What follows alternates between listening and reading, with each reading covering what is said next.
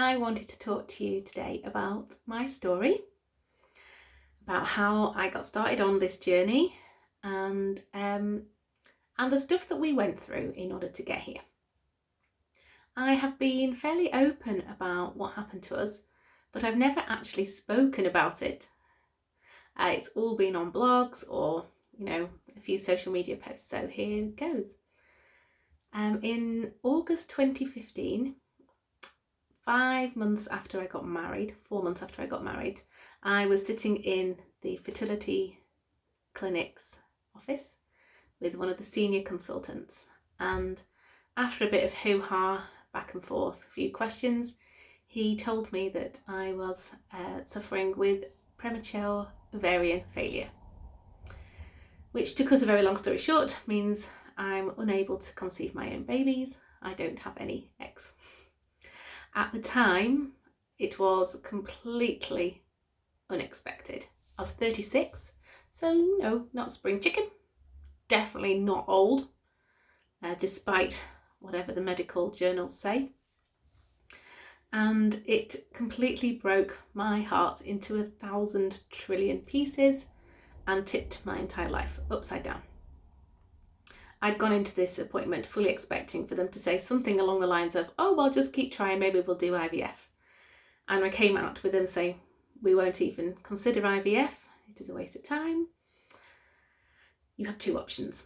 You can adopt, never thought of that, or you can find an egg donor.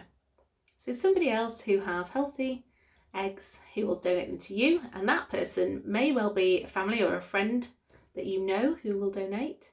If you've got any close family, then at least the donor would be biologically related, genetically linked to me, or you can go down the route of an anonymous donor through a private clinic. Now, I'm sure you're probably thinking, oh, that's quite big news. It was enormous, and it took a very, very long time to come out of that. I think I fell very quickly, almost instantly, into a very, very dark pit of depression, and I had, related anxiety.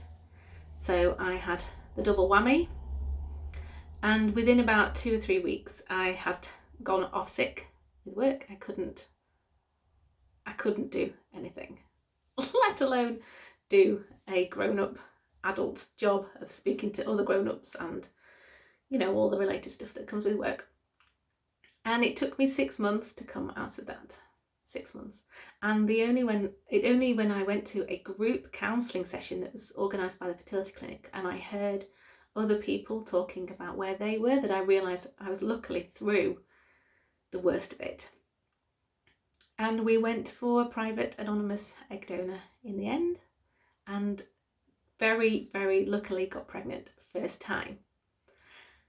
And really a little bit of this story is about the kindness of strangers. I don't know who she is.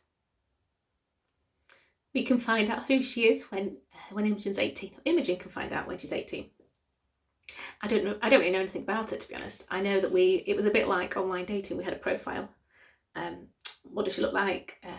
How tall she is, what colour her hair is, what colour her eyes are, her build, what she does for a job, that sort of stuff. So we know a little bit about her, and so we know that she's taller than me, we know that she's blonde, we know that she has green eyes, and we know that she is into amateur dramatics, and we know that she is a chef. And I was like, well, she sounds great. I'd probably be friends with her. So we chose her, and Imogen has blonde hair. She is quite tall for her age, I guess. Maybe she's going to be taller than me probably. And she has blue eyes, so she does have my eyes in the end. So I just wanted to share that when people start businesses, it's usually because something horrendous has happened to them. Or maybe they just started because they have a brilliant idea. But I started my business because we'd been through such an awful time. And I left my job in the end. I couldn't go back. And I ended up taking a temping job at the university, and I think they paid £13 an hour. It seems comical now, but I genuinely thought that was all I was I thought that was all that I was worth, was £13. Data input, turn up, type in a few boxes, go home. And it was exactly what I needed. But looking back now, £13 was just a joke.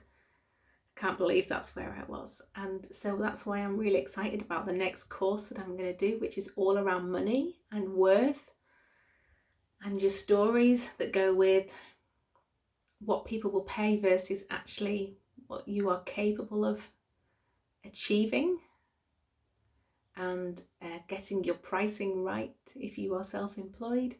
There's lots and lots to unpack, and I'm so excited to be doing it because I've come so far. Oh my God, I've come so far from where I was. Whew, what a ride.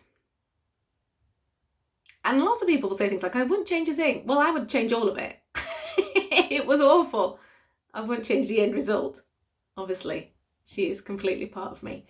But I just wanted to share that today because I don't know, it's sort of coming out a little bit in dribs and drabs of, you know, why I do what I do and why I help people the way I help people. It's always been in me to be a do-gooder, to help people who need some support, and tapping is the absolute perfect place for me to be.